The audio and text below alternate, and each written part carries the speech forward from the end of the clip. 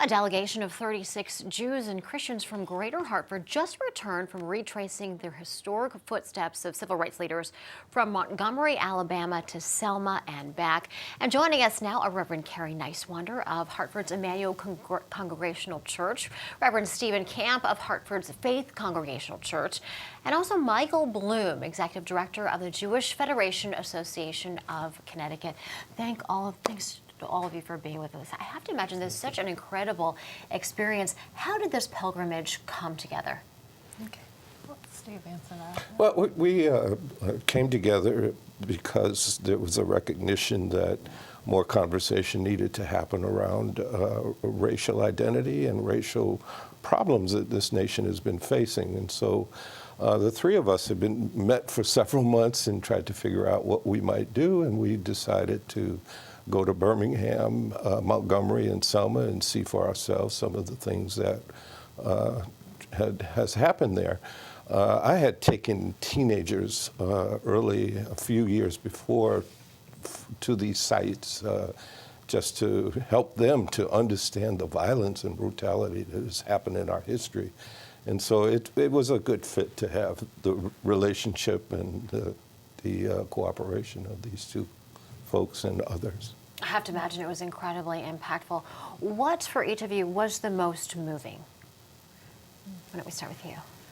Well, going on the trip was an important way to look at our legacy of racism and white supremacy in our country and how that really is built into our institutions, into our country, and into ourselves. And taking that time to be really intentional and looking at our history, looking at the brutality and the intentionality around racism in our country so that we can tell the truth about what is happening today, about the racism that still exists in our country, about the white supremacy that still impacts our institutions and ourselves, so that we can really work to dismantle it. We need to tell the truth about it so that we can undo and eradicate racism. Now, Stephen, this was your first time on the trek? For me, yes.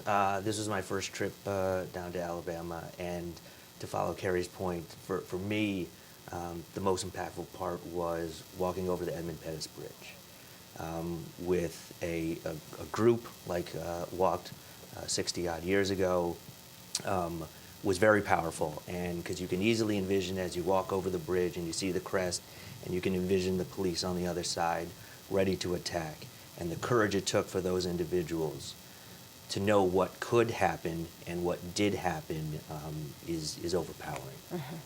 Now, one of our former coworkers and friends, Steve Rabb, he worked here for 20 years. I was speaking to him just a couple days before he retired, and this was what he was most excited to do. One of the first things after retiring, I have to ask, is there another trip planned? I know folks in the Jewish community from across the state are interested in doing another interfaith trip. Some of the folks down in Bridgeport, New Haven, and Stamford have shown interest. And now that I've done this and can show them how to do it, and yes, there is a lot of interest in doing this again. Now, unfortunately, we only had 3 minutes to talk about this, so much more to cover. But you're going to be sharing this experience with other people in the community coming up, right? There's going to be other events? Yeah, Martin Luther King weekend is upon us, and so we're going to have a large service at the church that I serve, Faith Congregational, but also two of the synagogues here in Greater Hartford I'll be speaking at and trying to remember some of what we experienced. But it's really important that we know our history, and part of our history is not an easy history to digest.